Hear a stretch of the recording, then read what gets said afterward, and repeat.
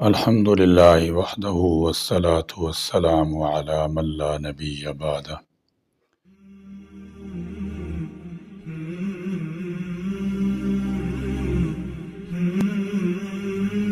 انسان جب بلوغت کی دہلیز پر قدم رکھتا ہے اسی وقت سے اس کے والدین کے ذہن دماغ میں اس کے لیے گھر بسانے کی فکر سوار ہو جاتی ہے۔ اگر لڑکا ہے تو خفیہ طور پر بہو تلاش کرنے لگتے ہیں، اور اگر لڑکی ہے تو داماد کی تلاش میں متفکر رہتے ہیں۔ پھر جوں ان کی جوانی پروان چڑھتی ہے تو ان کی یہ فکر اور گہری ہو جاتی ہے۔ اب اعلانیہ طور پر بھی وہ اپنے دوست احباب اور رشتہ داروں سے ان کا تذکرہ بھی کرنے لگتے ہیں کہ ہمارے بیٹے یا بیٹی کے لیے کوئی مناسب رشتہ ہو تو انہیں ضرور باخبر کیا جائے۔ دوسری طرف جوان لڑکے اور لڑکیاں بھی اپنے شریک حیات کے انتخاب میں سرگرداں رہتے ہیں۔ مناسب رشتہ کا مطلب لوگوں کی سوچ و فکر کے اعتبار سے الگ الگ ہوتا ہے۔ کسی کے نزدیک لڑکی خوبصورت اور خوبصیرت ہو، کسی کے نزدیک لڑکی کے گھر والے مالدار ہوں۔ اس طرح لڑکے کے تعلق سے بھی سوچ و فکر مختلف ہوتے ہیں۔ کسی کی سوچ یہ ہوتی ہے کہ لڑکا بیرون ممالک میں برسر روزگار ہو یا سرکاری نوکری کرنے والا ہو، مگر شریعت کی نظر میں مناسب رشتہ کا مطلب کچھ اور ہے۔ اس ویڈیو میں اسی کی نشاندہی کرنے کی کوشش کی گئی ہے۔ لڑکی کا انتخاب گھر کو بنانے اور بگاڑنے میں ایک عورت بنیادی کردار ادا کرتی ہے، اس لیے اس کے انتخاب میں خوب غور و فکر کی ضرورت ہے۔ اگر اپنی شریک حیات کا انتخاب قرآن و سنت کے بتائے ہوئے معیار کے مطابق کیا جائے تو گھر چین و سکون کی اماجگاہ بن جاتا ہے، ورنہ جہنم کا نمونہ بھی بن سکتا ہے۔ حدیث میں عورت کے انتخاب کرنے کا جو معیار بتایا گیا ہے وہ کچھ اس طرح ہے۔ لڑکی دیندار ہو۔ نبی کریم صلی اللہ تعالی علیہ وسلم نے ارشاد فرمایا کہ 4 چیزوں کی وجہ سے کسی عورت سے نکاح کیا جاتا ہے: اس کے مال و دولت کی وجہ سے، اس کے حسب و نسب کی وجہ سے، اس کے حسن و خوبصورتی کی وجہ سے، اور اس کی دینداری کی وجہ سے۔ مگر تم دینداری کی بنیاد پر نکاح کر کے دنیا آخرت میں کامیابی حاصل کیا کرو۔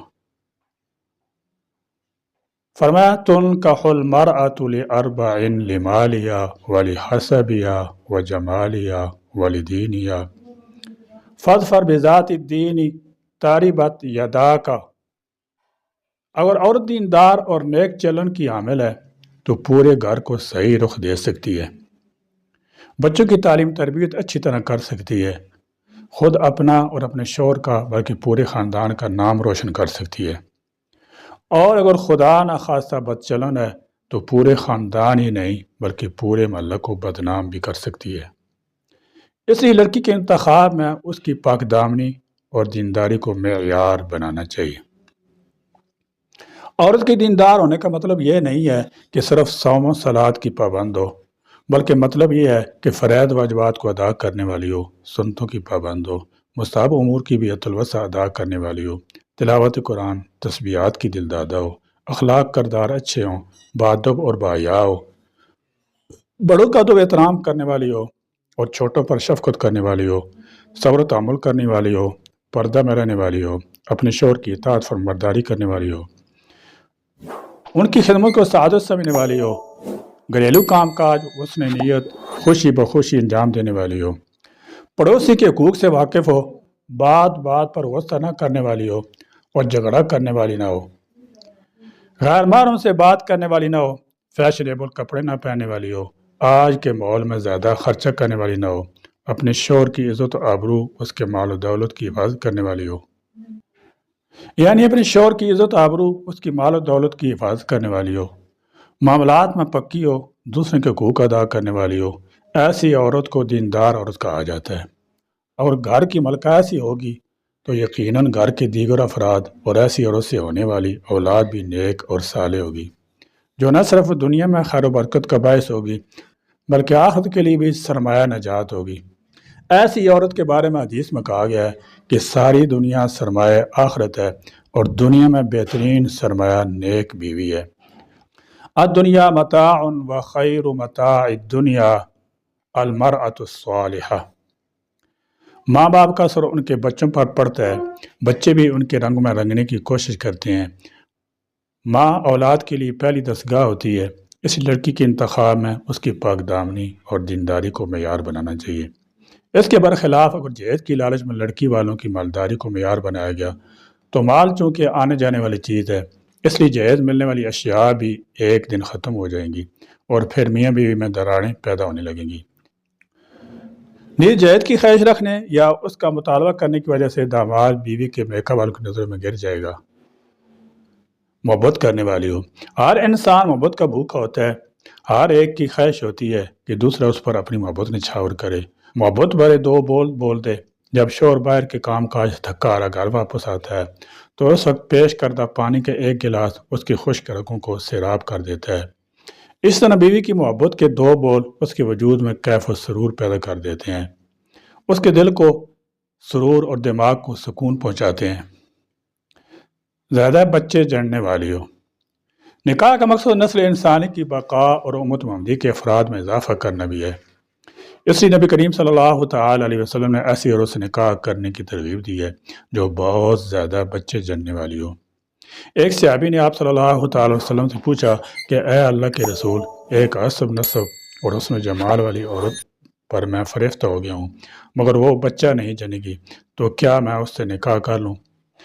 آپ صلی اللہ تعالی وسلم نے منع فرما دیا اور کہا تزوج الودود الولود فإنی مکاثر بکم الامم، یعنی کہ بہت زیادہ محبت کرنے والی اور بہت زیادہ بچے جڑنے والی سے نکاح کرو۔ عورت کنواری ہو، ہر جوان مرد کی خواہش ہوتی ہے کہ اس کی شریک حیات بھی جوان اور ہم عمر ہو، جس طرح وہ کنوارا ہے اس کی بیوی بھی کنواری ہو، دونوں کے اندر شرم و حیا ہو، تاکہ دونوں اپنی ازدواجی زندگی کا آغاز نئے تجربات سے کریں، دونوں کے اندر حجاب ہو، وہ حجاب دھیرے دھیرے درمیان سے ہٹے۔ حضرت جابر رضی اللہ تعالی عنہ سے آپ صلی اللہ تعالی وسلم نے پوچھا کہ جابر کیا تم نے نکاح کی ہے؟ انہوں نے کہا ہاں۔ تو آپ صلی اللہ تعالی وسلم نے پوچھا کہ بیوی کنواری ہے یا شوہر دیدہ، یعنی بیوہ یا مطلقہ؟ تو انہوں نے کہا کہ شوہر دیدہ۔ آپ صلی اللہ تعالی وسلم نے کہا کہ کنواری سے کیوں نہیں کیا؟ تاکہ تم اس سے کھیلتے اور وہ تم سے کھیلتی۔ کنواری سے نکاح کرنا اعلیٰ درجہ ہے، مگر بیوہ سے نکاح کرنے کی بھی فضیلت وارد ہوئی ہے۔ خود نبی کریم صلی اللہ تعالی وسلم کی ایک بیوی کے علاوہ ساری بیویاں بیوہ تھیں۔ خود آپ صلی اللہ تعالی وسلم نے 25 سال کی عمر میں حضرت خدیجہ رضی اللہ تعالی عنہا سے شادی کی، جبکہ ان کی عمر 40 سال تھی اور وہ بیوہ تھیں۔ علامہ خص فقیر رحمۃ اللہ تعالی ہے کہ عورت مرد سے عمر میں چھوٹی ہو، حسب نسب مال و دولت میں مرد سے کم تر ہو، جبکہ ادب و اخلاق تقوی اور حسن و جمال میں مرد سے بڑھ کر ہو۔ لڑکے کا انتخاب، عموماً لڑکے کے انتخاب میں صرف اس بات کو دیکھا جاتا ہے کہ لڑکا کتنا کماتا ہے، کتنا مالدار ہے، حالانکہ شریعت کی روشنی میں صرف اسی کو معیار بنانا صحیح نہیں ہے۔ نبی کریم صلی اللہ تعالی وسلم نے ارشاد فرمایا، یعنی کہ اگر تمہاری لڑکی کے لیے کوئی ایسا رشتہ ہے جس کے اخلاق اور اس کی دینداری سے تم مطمئن ہو تو اپنی لڑکی کا نکاح کرا دو، ورنہ زمین میں فتنہ پھیلے گا اور فساد برپا ہوگا۔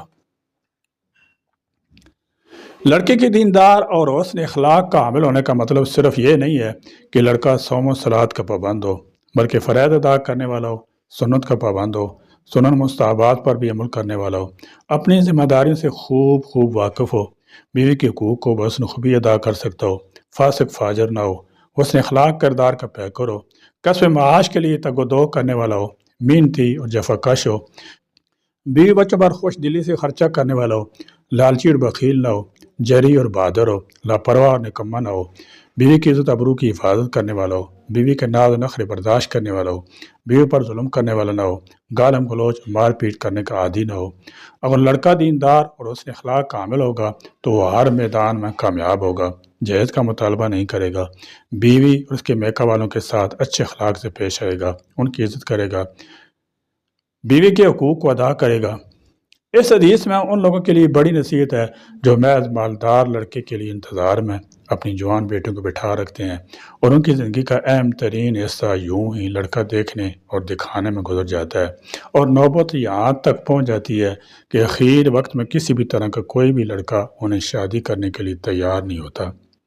یہاں یہ واضح کرنا بھی مناسب معلوم ہوتا ہے کہ 100% یہ صفات اس میں موجود ہوں، بلکہ مقصد یہ ہے کہ اپنے شریک حیات کے انتخاب کرنے میں ان چیزوں کو ملحوظ رکھا جائے۔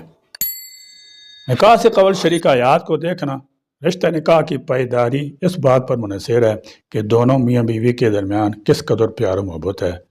اس لیے شریعت نے لڑکا اور لڑکی دونوں کو اس بات کی اجازت دی ہے کہ وہ اپنے شریک حیات کو دیکھ لیں۔ بعض علاقوں میں منگیتر کو دیکھنا بہت بڑا عیب سمجھا جاتا ہے، بلکہ ایسے لڑکوں اور لڑکیوں کو اپنے ماں باپ کا نافرمان، ان پر بھروسہ نہ کرنے والا سمجھا جاتا ہے۔ ایسے واقعات سامنے آئے ہیں کہ باپ نے اپنے بیٹے کا رشتہ محض اس وجہ سے چھوڑ دیا کہ اس کے بیٹے نے اپنی ہونے والی بیوی کو دیکھنے کی خواہش ظاہر کی۔ قدرت نے ہر ایک کے اندر خواہشات اور جذبات اور پسندیدگی کی صفات رکھی ہیں، اور یہ مختلف ہوتی ہیں۔ اس لیے شریعت میں اس بات کی گنجائش موجود ہے کہ جن کے درمیان نکاح ہونے والا ہے کہ وہ ایک دوسرے کو ایک نظر دیکھ لیں تاکہ ان کی خواہش اور پسند کے مطابق ہے یا نہیں۔ نکاح منعقد ہونے سے پہلے ہی معلوم ہو جائے۔ حضرت مغیرہ بن شعبہ رضی اللہ تعالیٰ عنہ روایت ہے کہ انہوں نے کسی عورت کو نکاح کا پیغام دیا تو آپ صلی اللہ تعالیٰ وسلم نے فرمایا، انظر الیہا فإنہ اخری ان یعدم بینکما، یعنی کہ تم اس عورت کو دیکھ لو، اس سے دونوں کے درمیان محبت پیدا ہوگی اور رشتہ میں پائیداری آئے گی۔ اگر شکل و صورت سے دونوں ایک دوسرے کو پسند ہو تو دونوں کے دل میں دوسری کی محبت جاگزی ہو جائے گی، اور اگر خدا نخواستہ پسند نہ ہو تو نکاح کرنے سے رک جائیں گے۔ کہیں ایسا نہ ہو کہ اولیاء اپنی مرضی سے نکاح کرا دیں اور دونوں میاں بیوی یا ان میں سے کوئی ایک اس نکاح سے خوش نہ ہو، یا دونوں نے ایک دوسرے کو دیکھا نہ ہو اور اتفاق سے شکل و صورت ان کی پسند کی نہ ہو، تو دونوں کی زندگی اجیرن بن جائے گی۔ دونوں کے دل میں دوسرے کے خلاف نفرت کا ضرورت پیدا ہونے لگے گی اور اختلافات رونما ہونے لگیں گے، حتیٰ کہ ایسی صورت میں رشتہ نکاح کے ٹوٹ جانے کا کبھی امکان بھی ہے۔ نبی کریم صلی اللہ علیہ وسلم نے سختی سے اس کو منع فرمایا، یعنی اگر کسی نے کسی کو پیغام دے دیا ہے تو جب تک اس کی طرف سے واضح انکار نہ آ جائے اس وقت تک تم اس کو پیغام نہ دو۔ مگر افسوس کہ ہمارے معاشرے میں یہ وبا بھی عام ہوتی جا رہی ہے کہ اگر کسی کے یہاں کسی نے پیغام نکاح بھیجا تو اس کو توڑنے کی کوشش کی جاتی ہے کہ رشتہ اس کے ساتھ نہ ہو، کہ فلاں کے ساتھ ہو جائے یا کسی کے ساتھ بھی نہ ہو۔ یہ انتہائی حاسدانہ اور ظالمانہ رویہ ہے جس سے معاشرہ کو پاک کرنا ضروری ہے۔ اس لیے بھی چاہیے کہ رشتے کے انتخاب میں قرآن و سنت کی ہدایات پر عمل کرنے کی کوشش کریں۔ اللہ تعالیٰ ہمیں پوری دین پر عمل پیرا ہونے کی توفیق عطا فرمائے، آمین۔ وآخر دعوانا الحمدللہ رب العالمین۔